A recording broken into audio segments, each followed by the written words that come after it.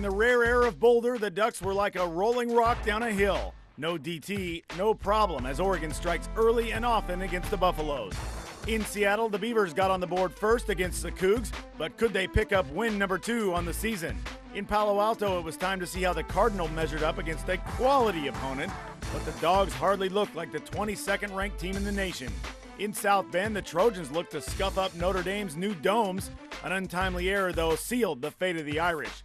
By the Bay, Utah was the cure for what ailed the Golden Bears, and a wild Thursday night in Tucson where things got out of control. The second half of the season is here, and so is this edition of Inside the Pac.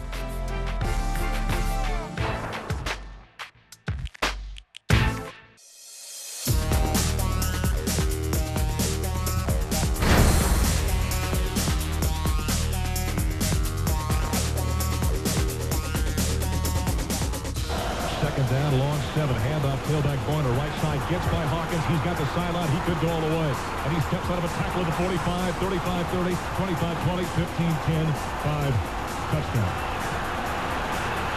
84 yards. The Ducks make do without LaMichael James and Darren Thomas, not that they needed them against Colorado. Hello and welcome to this edition of Inside the Pac. Tom Ward with you for the next 30 minutes, joined as always by Nick Krupke and our in-studio analyst this week, former Oregon defensive end, Steve Baack. Stevie, thanks for being here. Well, you're welcome. Thanks for having me. Well, Did you call me Stevie? I did. 14 years. I've known you enough years now that I feel like I can. So I feel comfortable with that, as long as it's okay with you. Yeah, it's fine. We have basically 4 tiers in the Pac-10 right now. We have BCS caliber teams. We have teams that are good. We have some average teams, and we have some teams that are really bad. I think it's safe to say we were dealing with the 2 opposites this week in Oregon and Colorado. I think so. And that 4 tiers, I might. There's shades of gray. 2, maybe 3. There's some gray for sure. It was a game that we expected what happened, and it was glad to just be able to go in there and be prepared. I was really, not terribly surprised. I mean, it's a Chip Kelly coach team, so you got to expect preparation weekly, no matter who we're playing. And they really live that adage, win the day, and they take it one game at a time, and they didn't overlook any team yet? Certainly not. And Oregon in this game more than doubled up Colorado total yardage, 527 to 231. I mean, I think that speaks not only to how good the Ducks are, but also to how much Colorado has fallen over the years. Yeah, it's almost sad, frankly, to see Colorado and what's happened with them. But they'll climb back in. They have some pretty good players as a foundation. They're going to have 4 or 5 rebuilding years here, and I think they might have been taken by surprise a little bit regarding the talent in the Pac-12. Certainly. You look at that stadium. I've been there. I mean, there's a lot of tradition there. It has a good feel to it. And as we were talking about before the show, Ralphie running onto the field might have been the best run all day for the Buffaloes. Nick, in Seattle, Oregon State, with its Jekyll and Hyde type of demeanor now, goes in there. Sean Canfield throws 4 touchdowns. They go 376 yards through the air. Just a career night, and the Beavers look really good. Yeah, figure. Yeah, Mannion looks really good, and for these guys, what kind of team are they? We've talked about the past few weeks. They hadn't had a whole lot of wins, but they were close, and you kind of thought that they had the talent, besides all the injuries, to suck it up. You go without your top 2 linebackers. You go without your defensive tackle and Castro Masani. Cam Collins out, Fede Young out. The defense awesome is again Scott Crichton and Dylan Wynn just making plays on fumbles and fumble recoveries. And offensively, a team that was 10th out of 12 in the pack, they go crazy. 551 total yards and just doing a whole lot of good things. They've taken their lumps, but a lot of youth there between Mannion, Agnew, and Cooks.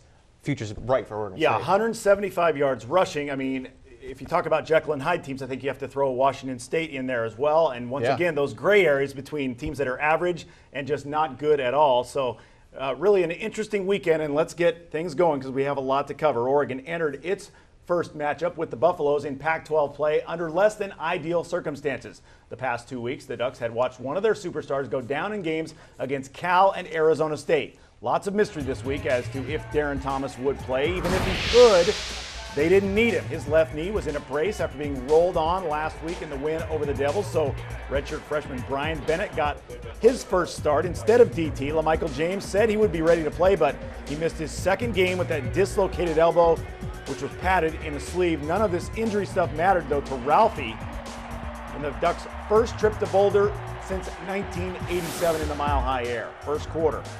First Oregon possession, 6 plays, 80 yards, a minute 36 seconds, set up by a 43-yard run by Bennett, capped off by Kenyon Barner's 4-yard TD. And as is customary, following the first TD of the game, if it's there, Jackson Rice makes the read, takes it in for the 2-point conversion, 8-0 Ducks. Next Oregon possession, they find the end zone again. Bennett to DeAnthony Thomas. The Quack Mamba weaves through the buff D, 14 yards. Quack Mamba, you like that, Steve. 15-0 Oregon, still in the first.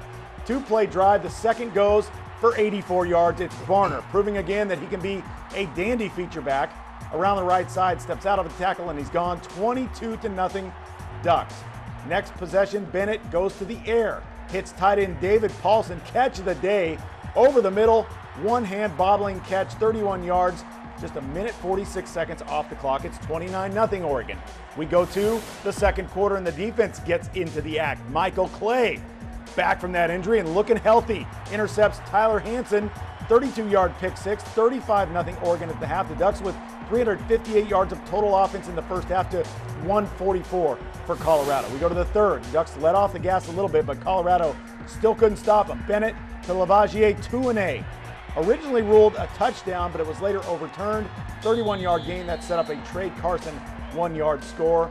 And if it hadn't been for Cliff Harris, after Trey Carson goes in for the score, Cliff Harris botching a punt by backpedaling into the end zone, gets tackled. It results in a safety. If it hadn't been for all that, the Ducks would have had their first shutout of the year, but still, Oregon with no problems in the Rockies. 45-2, Ducks just missing out on their first shutout of the season. 527 total yards of offense for Oregon, 231 for Colorado. 371 of those rushing, no matter who carried, more than 7.5 per tote. 69 running by Bennett, also 11 of 20 passing. So the Buffs avoid being shut out at home since '86, but it was the first time they hadn't scored on offense at Folsom in 7 years. Well, Steve, granted, as we were talking about earlier in the show, Colorado's offense not what it once was, banged up, just plain bad, but nice job by the Oregon defense to basically pitch a shutout in this game. Defense and the offense. I mean, that first quarter was another example of a Chip Kelly coach team, very crisp, and I continue to be impressed with the backups coming off the bench and getting meaningful minutes and playing as well as they have. That's going to be really important, I think, down the road, and it's a delight to see. I don't think I ever remember this much depth on an Oregon team. Yeah, they held Colorado to 11 rushing yards in the first quarter, and then they just wreaking havoc no matter what Colorado tried to do, whether it's a run or a screen pass or a drop back pass, then they're all over it. That's been stout, and I think the defense is really starting to gel more and more. They've looked good from the start of the season, but they just seem to be getting better and better, and hey, it's great to watch. Second half, we see Kiko Alonso coming on the linebacker blitz there, and they've been pretty good at some of these delayed blitzes and these stunts and different things that they've done as the game goes along. Yeah, we've seen some examples in the past of delayed blitzes that we didn't quite get there soon enough, but it's coming along, and Aliotti likes to send those from all angles, so we'll probably see more. He is a risk taker in that regard, certainly. The Ducks, though, continue to kind of deliver what they need to do on a game-by-game basis, no matter who the opponent is.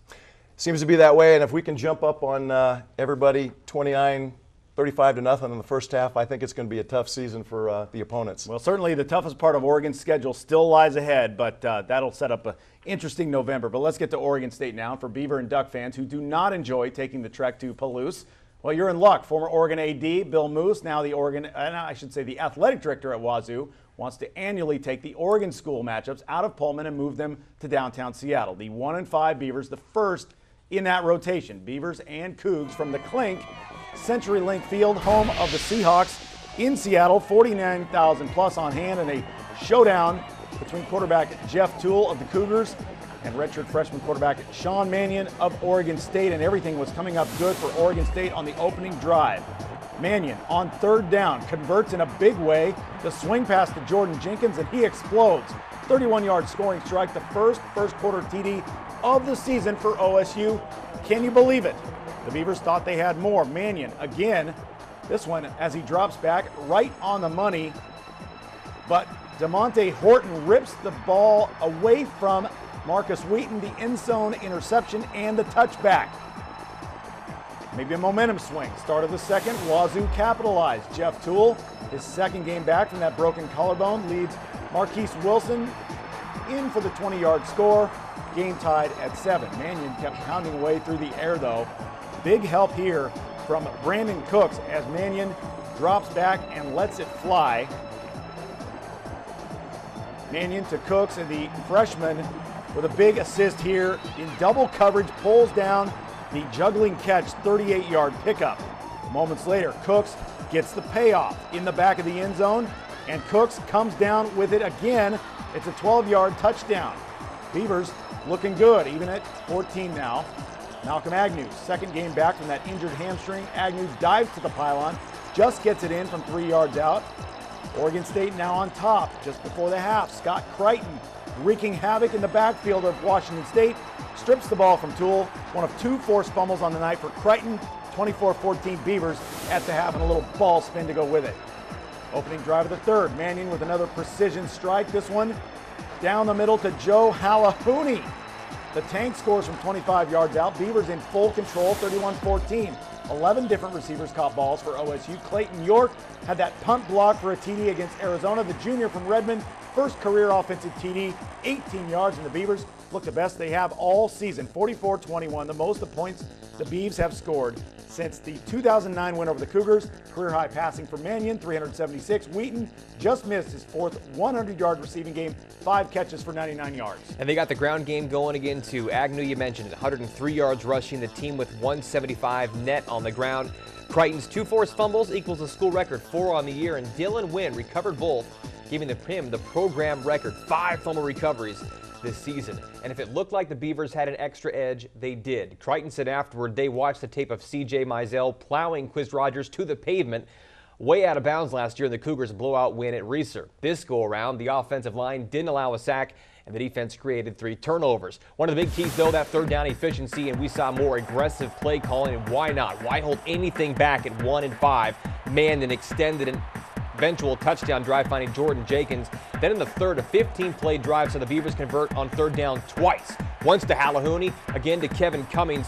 11 different receivers caught balls from Mannion, and then when things are really rolling in the fourth quarter, the Beavers went for the play action on 3rd and 1. Mannion to James Riders, a 20-yard gain, and Oregon State really was just clicking on these things, and the more aggressive play calling is, again, Johnny Hecker's only punt came in the final minute of the contest. That play calling, but execution also on first down worked well too, creating a lot of second and short. A lot of guys just catching the ball. You've seen Cooks make a couple of crazy plays there in that second quarter to get the ball caught. You had Wheaton, again, very good game for him. Still hasn't scored a touchdown. Thought he had one there, but in the sure hands of Halahouni, who's back healthy too. So offensively, finding these weapons, and Mannion, 5th start, seems like he's getting it. Well, first time in 2 years that a Beaver quarterback has thrown for 4 touchdowns in a game. So obviously Sean Mannion on the right track. Now, it was against the Cougars, but now as the Beavers now head for Utah, hard not to think, after we've seen Utah look really bad, that maybe Oregon State can go to Salt Lake City and get a win when